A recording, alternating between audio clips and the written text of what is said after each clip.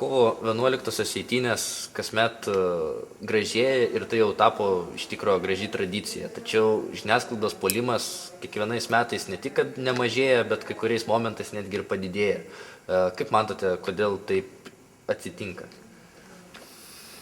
Jos tikrai gražėja, įvairėja, vietoj kelių nuolat kartojimo šūkių jų daugėja, tų šūkių, dainų daugėja ir ta kryptim reikia ir vystyti tas eitynės. O žiniasklaidoje vyrauja kosmopolitai, liberalai, jiem tai labai nepatinka, nes liberalizmo kryptis visam pasaulyje naikinti tautas, tradicijas, šeimas, o mūsų eisena yra kaip tik už tautas, už tradicijas ir šeimas.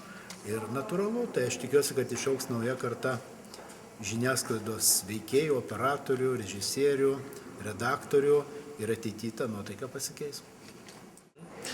Visoje Europoje stiprėja tautiškumo nuotaikos, jau lygtais tas kosmopolitiškumas po truputį traukiasi. Tačiau iš Lietuvos įvykių ir kai kurių sprendimų matome, kad tas vyksta priešingai. Kodėl taip yra? Tautiškumas Europoje stiprėja daugiausia dėl imigracijos. Tos tautos, kurios prisileido labai daug imigrantų, ten ir stiprios tautinės partijos ir turi parlamentinės frakcijas, o mes dar nesam patyrę didelios imigracijos, ačiū Dievui, ir norėtume, kad žmonės balsuotų už tautinės partijas, kol dar nėra daug imigrantų.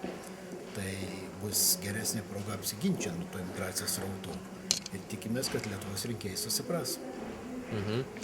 Tai gal tada paskutinis neklausimas, bet tiesiog, ko jūs palinkėtumėte visiems žmonėms švenčiantiems kovo 11-ąją ir būtent einantiems į eisenas ar kitose miestuose dalyvaujantiems?